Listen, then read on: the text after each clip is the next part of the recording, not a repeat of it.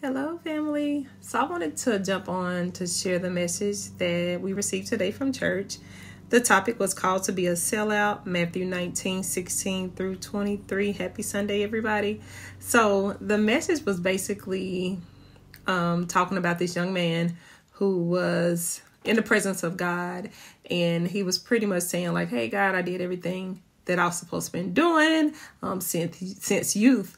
And like, okay, I know I'm good, God. I know I'm good. And so when God told him to sell his possessions because he was a very rich man, then it became a problem because the young man, he valued possession. So it made me stop and think like, Rickay, what are some things that you are valuing and putting before God? And I was like, wow, what are some things that are consuming your mind all of the time? And so those things are some things that we need to put on the back burner, or not so much on the back burner, but we don't need to put those things and worship those things before God, because we have to know and realize that God is a jealous God. And so his values that he put before everything was his riches. And so when he was asked to sell those, it was a problem.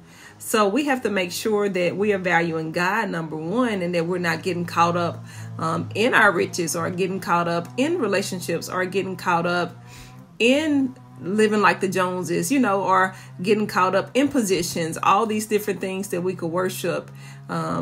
We shouldn't worship those things. We should worship God. And so some things that he also talked about was some things that we need to either stop doing or just changing our ways, basically. And I start writing down a list of things like, okay, Rickay, you need to stop doing this. You need to make sure that you're presenting yourself well. You need to make sure that you're talking right and you're walking right. And some things that you need to stop doing. And so I know there are some things that you need to clear out in your life too. So those are the things that we need to focus in on in order to be the best versions of ourselves. So none of us are perfect. We are all sinners. We're all sinners. I mean, we could try every day. We could keep trying, but we're not. But we are all sinners, but there's room for improvement. And just because we are sinners doesn't mean that we live our worst. It means that we want to strive to be more and more like God each and every day. And it's some things that we need to sell out of. It's some things that we need to let go of in order to get closer and closer to God.